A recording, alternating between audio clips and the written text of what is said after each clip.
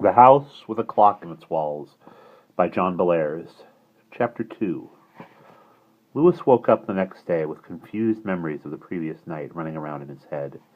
In general, his impression was a happy one, despite the dark things that lurked in the corners of the picture. He got dressed, went downstairs, and found Jonathan and Mrs. Zimmerman at breakfast.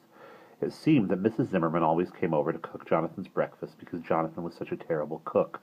Well, that was fine with Louis. He sat down to pancakes and sausages, and before long he was figuring out how best to use the 3 weeks of freedom that were left before school began. Louis soon found out that the 3 weeks was not nearly enough time for exploring the town of New Zebedee and the house at 100 High Street.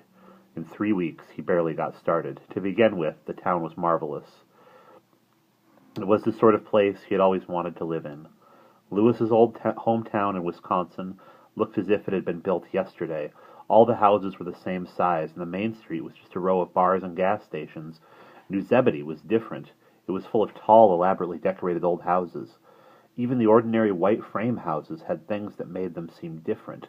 A stained glass window, or a bouquet of iron flowers on top of a cupola. And so many of the houses seemed to be hiding secrets. Jonathan took Louis for some walks around the town, but more often he just let Louis find out things for himself. Sometimes Louis just walked up and down Main Street and stared at the high, elaborate false fronts of the stores. One of the stores had an abandoned opera house in its upper stories. Jonathan said that the old scenery was still up there, leaning against cases of Mounds bars and 5-cent writing tablets. At one end of Main Street was the Civil War monument, a fantastic stone object shaped like an artist's easel. Each of the joints and corners of the easel had a soldier or a sailor standing on it, threatening the rebel army with a musket or a sword or a cannon swabber or a harpoon. The flat part of the easel was covered with the names of Capernaum County residents who had died in the Civil War. There was a small stone arch near the monument. It was called the Civil War Monument Annex, because it contained the names of the carvers. It contained the names that the carvers hadn't been able to get on the big monument. Jonathan's grandfather had fought in the war with the 5th Michigan Fire Zouave Lancers, and Jonathan was full of stories about the old man's exploits. As for the house at 100 High Street, it was every bit as wonderful as the town. Besides being strange and more than a little scary, there were lots of rooms to explore. Third best upstairs front parlors and second best back bedrooms, linen closets and playrooms, and just plain rooms.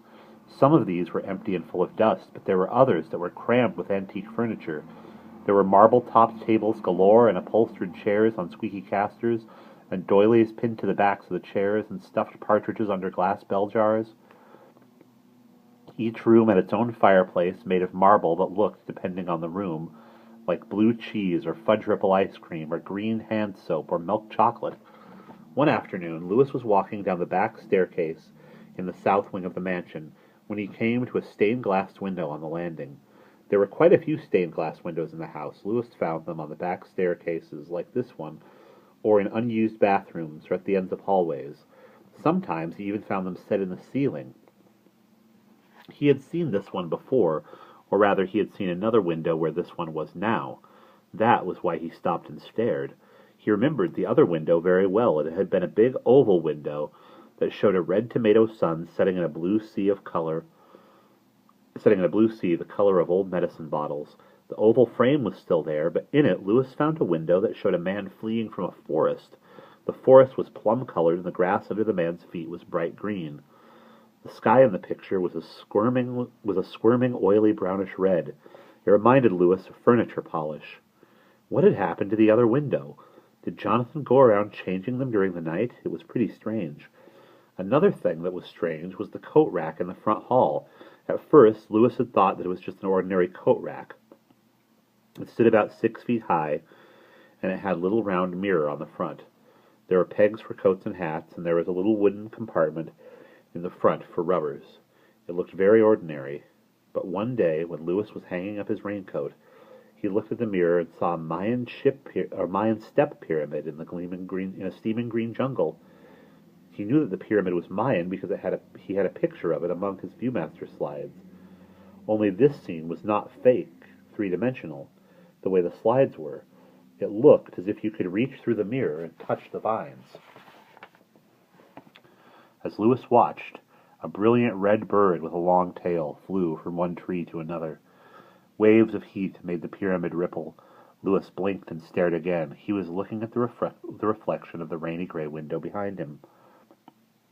Louis thought a lot about the stained glass windows and the coat rack. Were they magic? He believed in magic, even though he had been taught not to. His father had spent one whole afternoon explaining to Louis that ghosts were caused by X-rays bouncing off distant planets.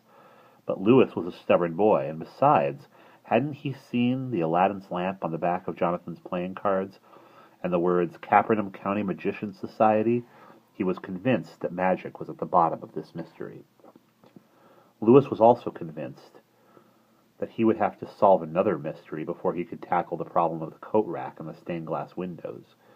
He would have to find out why Jonathan prowled the house every night with a flashlight in his hand. Louis had discovered that the strange incident on his first night in New Zebedee was part of a regular pattern. Every night after 12, Jonathan was out there searching. What was he searching for? Louis couldn't say. Again and again, as on the first night, he had heard the floorboards creak outside his door. Again and again he had heard Jonathan tiptoeing stealthily down the hall, entering rooms, closing doors. He heard him overhead on the third floor, where Jonathan hardly ever went during the day. Then he would be back downstairs, poking around, stumbling into furniture. Maybe he was scared of burglars. Maybe so, but then why did he pound on the wall? Burglars seldom got into walls. Louis had to find out what was going on, and so, one night, a little after 12, Louis lowered himself silently from his bed to the cold floorboards, as stealthily as he could. He tiptoed across the room, but the warped boards complained under his feet. By the time he got to the door, he was thoroughly shaken. He wiped his hands on his robe several times and turned the knob. He took a deep breath, let it out, and stepped out into the dark hallway. Louis clamped his hand over his mouth. He had stepped on the protruding head of a nail. It didn't really hurt much, but Louis was scared of tetanus. When his panic had died down, he took another step. He began to edge his way down the hall. But Louis was no better at stealthy creeping than you might think, and by the time he had bumped his head against the heavy gilt picture frame for about the third time, Jonathan called to him from one of the distant rooms. "Oh, for heaven's sake, Louis, stop playing Sherlock Holmes. You'd make a better Dr. Watson. Come on and join me. I'm in the bedroom with the green fireplace." Louis was glad that his red face didn't shine in the dark. Well, at least Jonathan wasn't mad. Louis picked his way down the hall until he found an open door. There was Jonathan standing in the dark with a flashlight in his hand. He was playing the light over the mantel clock, a boxy black affair with gold handles on the sides like a coffin. "Evening, Louis, or morning, as the case may be. Would you care to join me on the rounds?" Jonathan's voice sounded tight and nervous. Louis hesitated a moment, then he plunged in. "Uncle Jonathan, what are you doing?" "Stopping the clocks. During the day it's nice to have clocks ticking all over the house, but at night it keeps me awake. You know how it is, Louis, with faucets and the like." Still chattering nervously, Jonathan turned the clock around, reached into the back of it, and halted the stubby pendulum. Then he motioned for Louis to follow him, and waving the flashlight a little too cheerfully, walked to the next room. Louis followed, but he was puzzled. "Uncle Jonathan, why don't you turn the room lights on?" His uncle was silent for a minute. Then he said in that same nervous voice, "Oh, well, you know how it is, Louis. If I were to go from one room to another, snapping lights on and off, what would the neighbors think? And what about the electric bill? Do you know that you get billed for an hour's worth of electricity every time you snap the lights on and off?" This explanation did not sound convincing to Louis. In the first place, Uncle Jonathan had never before given any sign that he cared what the neighbors thought about anything he did. If he wanted to sit in the glider under the chestnut tree and play a saxophone at 3 a.m., he was likely to do just that. In the second place, Jonathan had more than once left the floor lamp in his study burning all night. He was a careless man, and not the sort who worried about big electric bills. It was true that Louis had only known his uncle for 3 weeks, but he felt that he already had a pretty good idea of what Jonathan was like.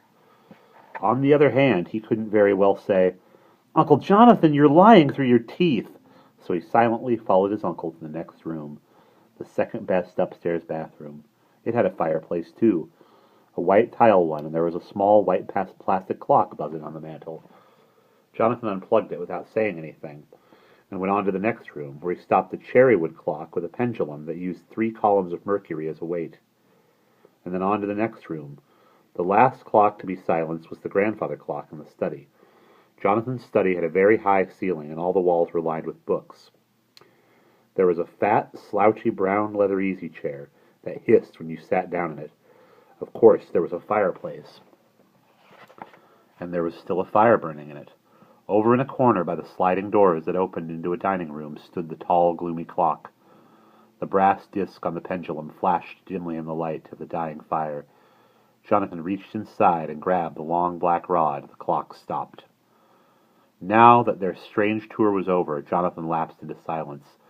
He seemed to be thinking. He walked over to the fireplace, stirred up the fire, and put on another log. He threw himself down into the leather chair and waved his arms at the green easy chair on the other side of the fireplace. "Have a seat, Louis. I'd like to talk with you. I'd like to have a talk with you." Louis wondered if he was going to get bawled out for sneaking up on his uncle. It didn't seem likely. Jonathan looked and sounded friendly, though his voice was still a little edgy. Louis sat down and watched as Jonathan lit up his hookah. Louis always liked to watch him do this. The hookah was shaped like a Spanish galleon, and the crow's nest on the mainmast was the bowl. The body of the ship was full of water for cooling the smoke, and up on the bow stood a tiny ceramic figure of a boatswain, and with his pipe to his lips. A long hose was plugged into the ship's stern, and there was a black rubber mouthpiece at the end. When you blew into the hose, the burning tobacco in the crow's nest sent up a long column of smoke, and the boatswain went whee on his little pipe. Sometimes, when Jonathan made a mistake and filled the boat too full of water, the boatswain went bloop and blew bubbles. When Jonathan had the pipe going good, he drew in a big mouthful of smoke, let it out slowly, and said, "Louis, I think it would be better for you to be scared than it would be for you to think your uncle is a crabby old lunatic." "I don't think you're crabby," said Louis. Jonathan laughed. "Ha, ha, ha, ha, ha. But you do think I'm off my rocker. Well, after tonight, I wouldn't blame you." Louis blushed. "No, Uncle Jonathan, I never meant that. You know I don't think—" Jonathan smiled. "Yes, of course I know, but all the same, I think it would be better if you knew something about this clock business. I can't tell you all about it because I don't know all about it. In fact, there are times when I think I don't know much about it at all. But I'll tell you what I know." He crossed his legs, sat back, and puffed some more of his pipe. Louis sat forward in the big green chair. He kept clasping and unclasping his hands as he stared hard at Jonathan. After a brief dramatic pause and a particularly long drag at the galleon hookah, Jonathan began, "I haven't lived in this house always, Louis. In fact, I only moved here 5 years ago. I used to live down on Spruce Street near the waterworks. But when the old owner died and the place was put up for sale cheap, it made a chance to live next door to my best friend, Mrs. Zimmerman." "Who was the old owner?" asked Louis, interrupting. "I was going to get around to that. His name was Isaac Izard. Initials II, like a Roman numeral 2. You'll find his double I carved or painted or stamped on all sorts of things all over this house.